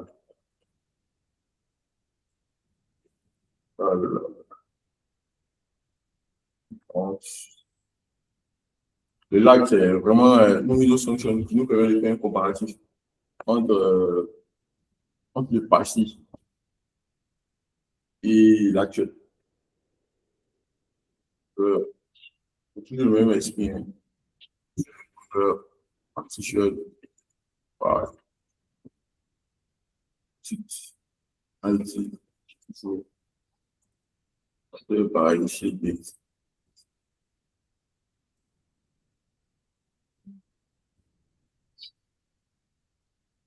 on va appeler 10. Il va appeler peut-être 6.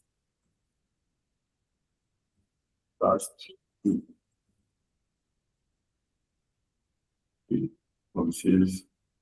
En disant ça, en plus, je vais voir, on aura.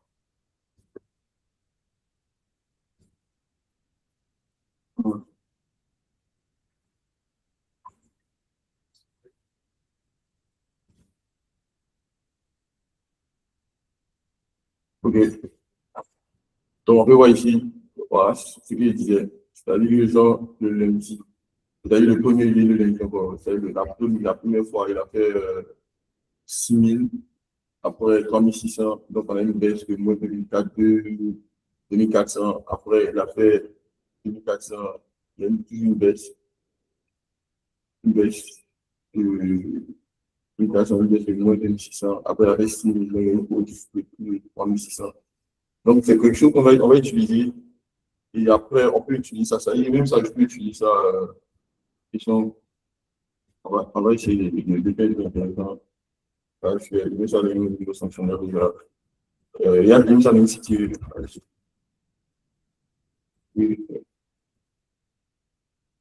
versus classe. On va même filtrer sur un seul utilisateur.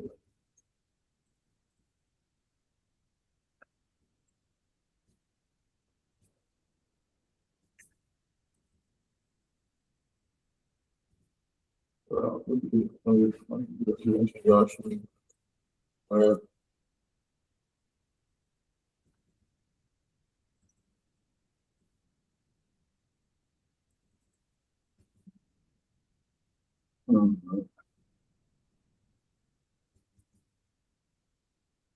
OK. Donc, allez, moi, je suis versus last product. Last.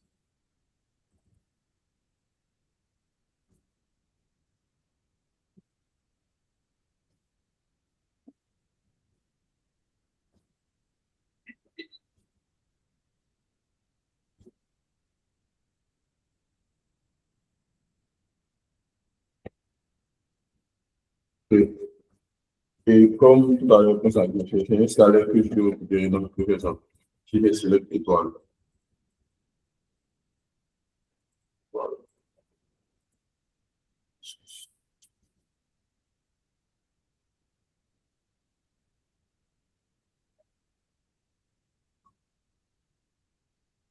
OK. Donc, c'est vraiment un scalaire qu'on peut récupérer. Maintenant, je peux faire, on peut essayer d'appliquer, je vais le voir, après la patience. Donc, peut-être ça, on va ajouter le déjà als als last mehr wieder als L.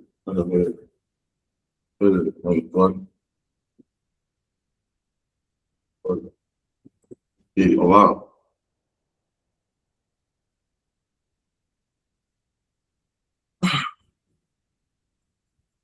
voilà, j'ai ce point avec plusieurs fois.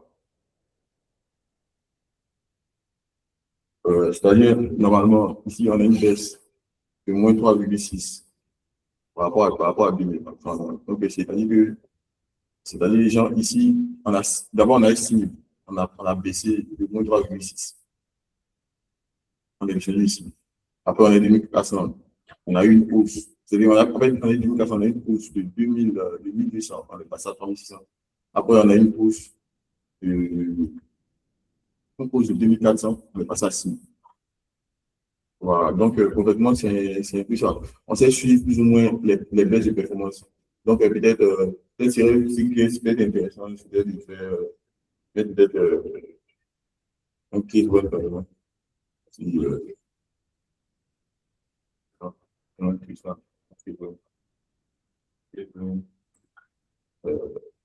Point 6 last.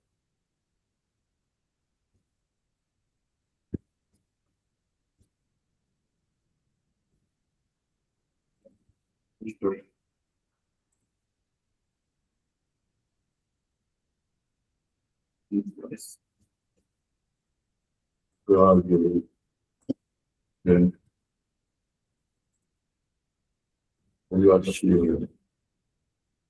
pause.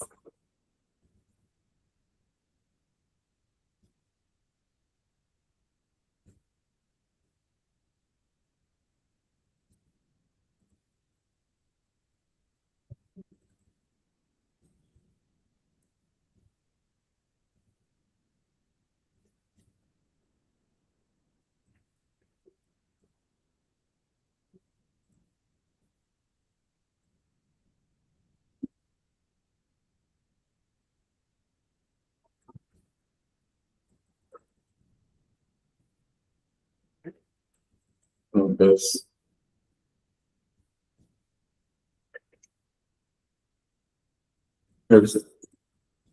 On le voit là, il va appeler Alex. Olivier. Ah, oui.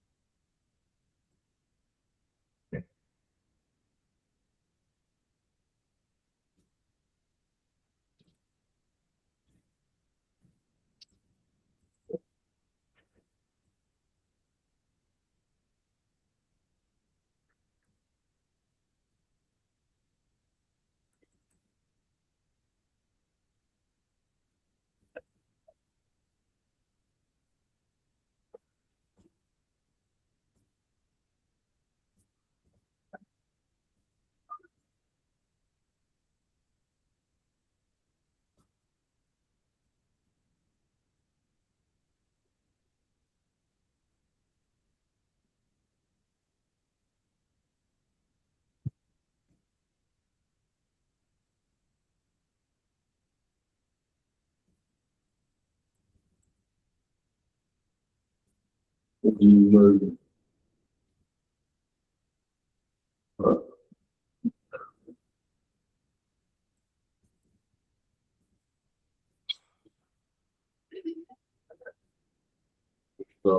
le voit.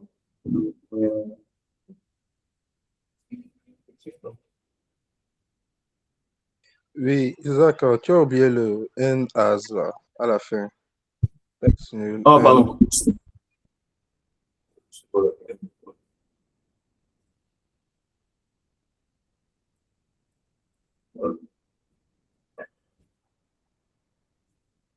Ok.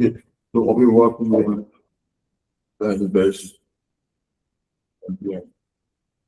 Je suis qui ont une baisse avec les baisses avec les hausses en fait.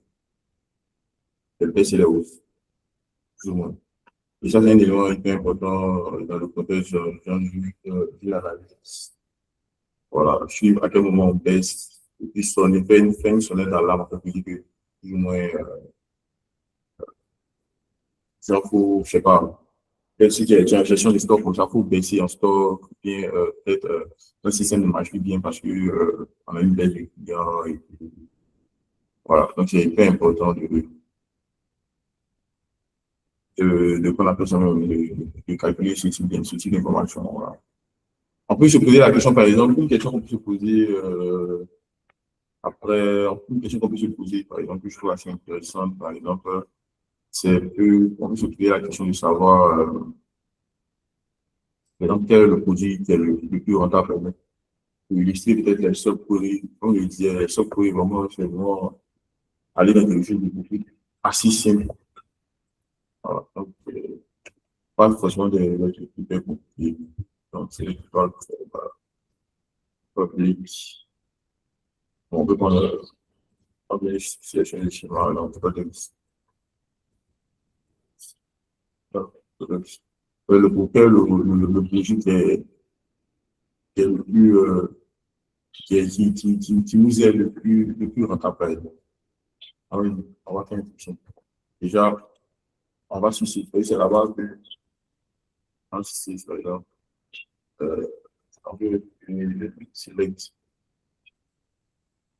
project, ID, for sales.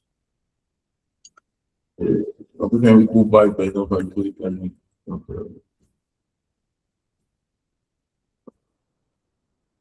bon, je vais ça déjà, comment ça. On fait un groupe by.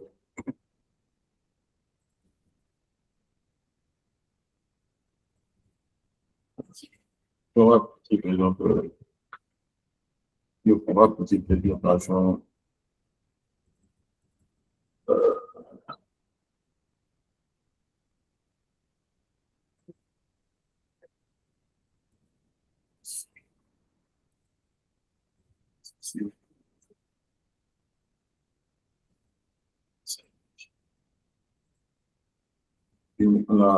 D'abord, on a le selling price. Price. Le purchase price. Price.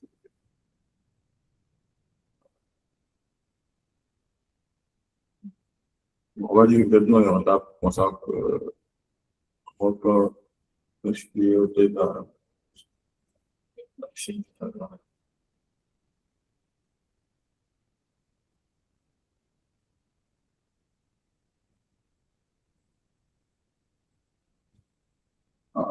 ah,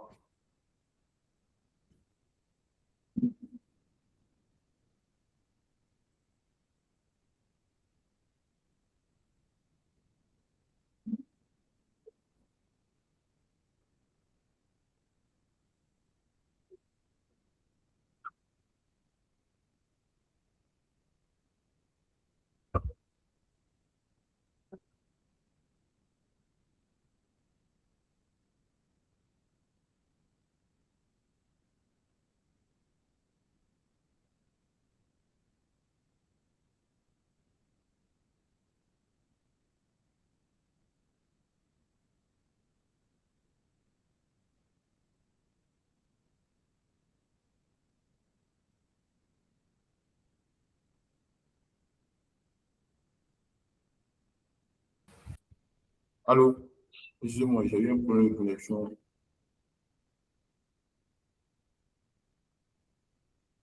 Ok, pas de souci. En attendant, on va demander si des gens ont des questions.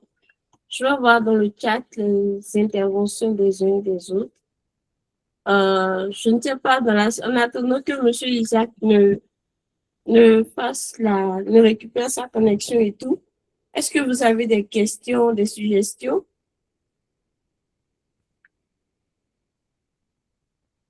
Il est de retour, donc c'est le moment, en fait, de lui poser les questions.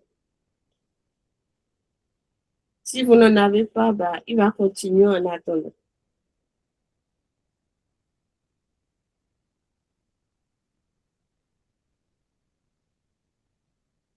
Allô, c'est bon? Je continue ça. Vous pouvez y aller. Oui, on vous voit. Ok, top. Donc, tout à l'heure, c'est comme je disais, concrètement, il y a pas mal de fonctions qu'on peut utiliser en utilisant les subqueries, les intégrer à l'intérieur. Ok.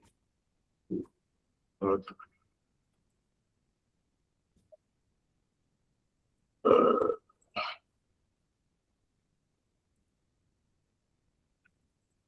c'est- voilà.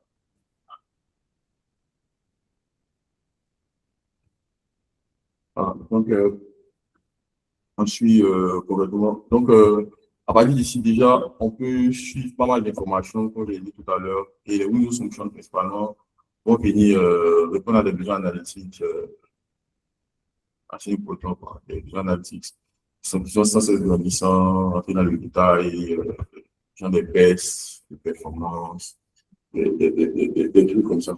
Donc, essayons peut-être de tester un truc. Après, peut-être s'il y avait des questions analytiques, on va essayer peut-être ensemble, essayer d'arriver à la solution. Euh, oui. Posons-nous nos questions vite fait, puis on va essayer de faire quelque chose. Par exemple, on va essayer de voir peut-être les questions de baisse, principalement. Moi, c'est des questions qui sont hyper importantes, en tout cas chez moi, parce que ça pilote le business qui s'oriente au mieux les investisseurs ou bien, en tout cas, les chefs d'entreprise sur comment orienter les prises de décision. Voilà. C'est vraiment le facteur. Donc, allons ici, allons la baisse, c'est vite fait. On va essayer de voir, par exemple,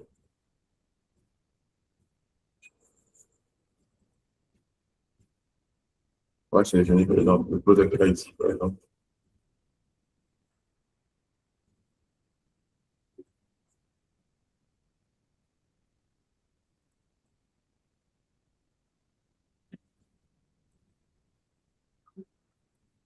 Dans les commandes.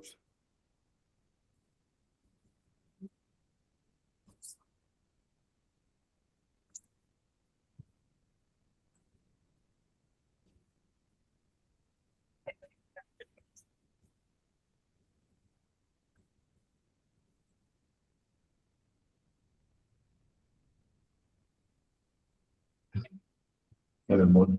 Et puis, j'ai su l'élément qu'on va appliquer comme des sanctions là, par exemple, on va faire un peu plus de même précision. On le parler, c'est pareil. On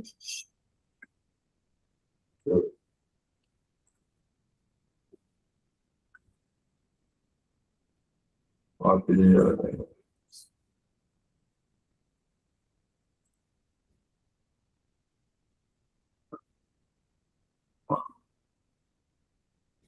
ça.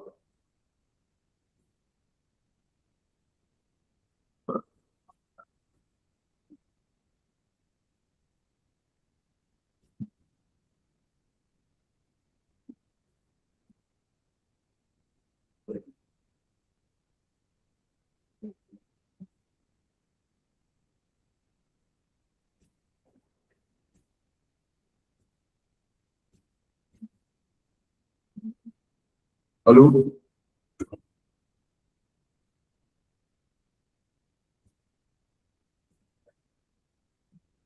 Alors, on vous reçoit, on vous reçoit. Je ne sais pas si vous avez fini la présentation. Non, non, non, non. Ok.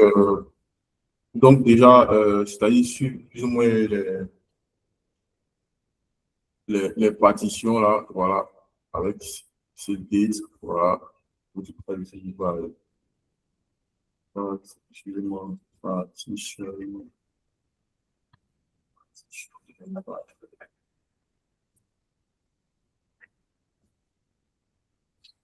hein. Et ici, je même pour un peu, même un style, par exemple, ouais, total,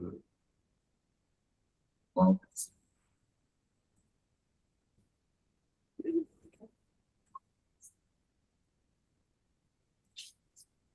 total,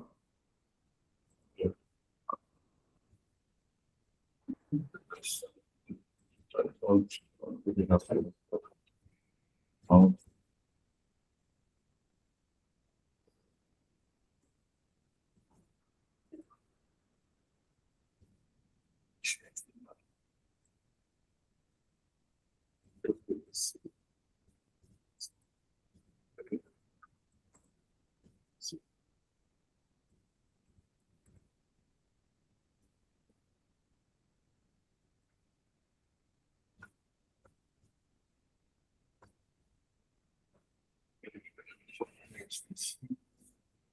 C'est un chien puisque tout le temps, elle train de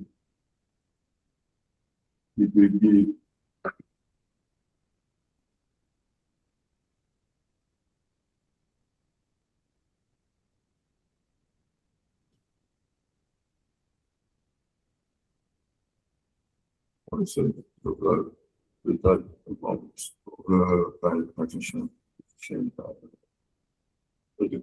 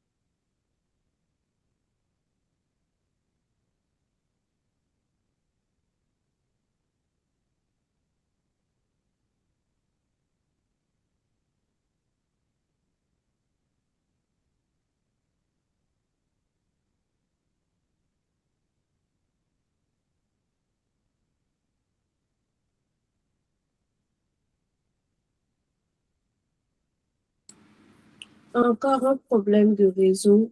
Donc, je vous prie d'attendre. Ce ne sera plus long. Vous aurez les ressources dès que possible, le plus immédiatement possible. Restez avec nous sur les réseaux sociaux. Suivez-nous là-dessus.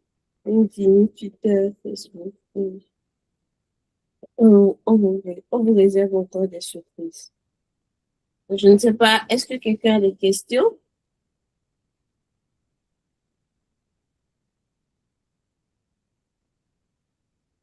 Aucune question pour l'instant.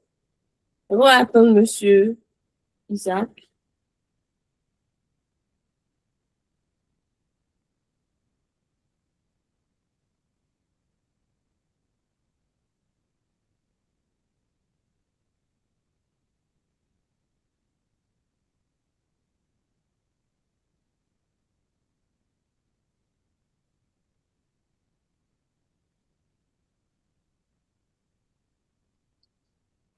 Allô? Ah, désolé, il y a vraiment un souci de connexion. D'accord, nous comprenons, Monsieur Isaac. Normalement, le mythe devrait être fini à 11h30, donc on va vous laisser aller jusqu'au bout de ce que vous avez préparé, exceptionnellement, et puis voilà. Ok, il n'y a pas de problème. Non, je reprends le partage. Oui. Ok.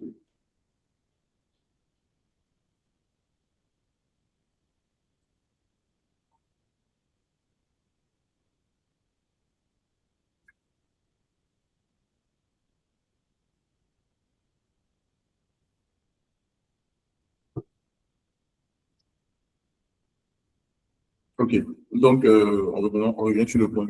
Donc concrètement, je fais un peu le fil. Donc concrètement, c'est un peu l'esprit déjà utilisé les Windows Function pour calculer tous ces éléments-là, qui sont les histoires de performance entre la veille, voilà, répondre à des questions analytiques sur le site web. Voilà, donc, c'est des requêtes là que j'ai préparées plus ou moins. On va essayer peut-être d'écouter ensemble. Là, les analyses, on va essayer d'écouter ensemble.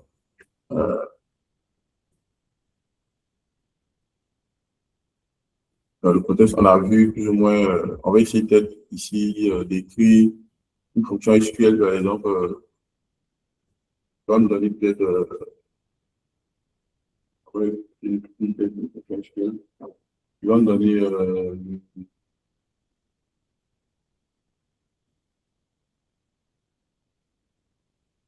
en se basant sur tout à l'heure ce qu'on a dit. Par exemple, tu vas nous donner peut-être le chiffre d'affaires qu'on a généré, le chiffre d'affaires qu'on a généré sur par exemple, un produit en particulier. Voilà.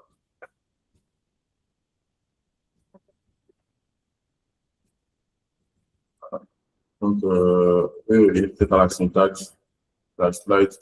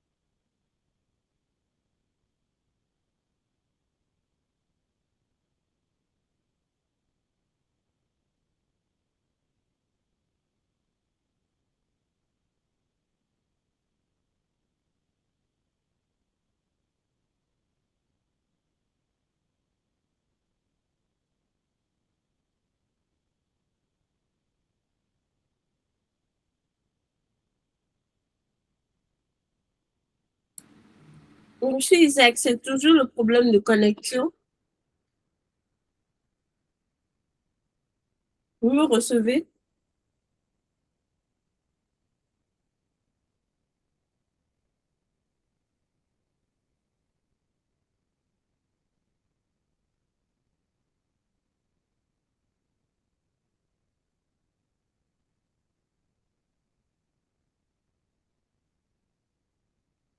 Je pense qu'il a toujours, c'est toujours le même souci. Bon, c'est pas grave. Je pense que quand même, on a fait le tour des points qu'on voulait aborder aujourd'hui et tout. Donc, normalement, on peut mettre fin au mythe. Je pense qu'il doit avoir un souci à son niveau. J'essaie de l'appeler également, ça ne passe pas. Donc, ça doit être là-bas. Ouais, c'est exact. Déjà, je ne sais pas si vous avez des questions auxquelles on pourrait répondre rapidement.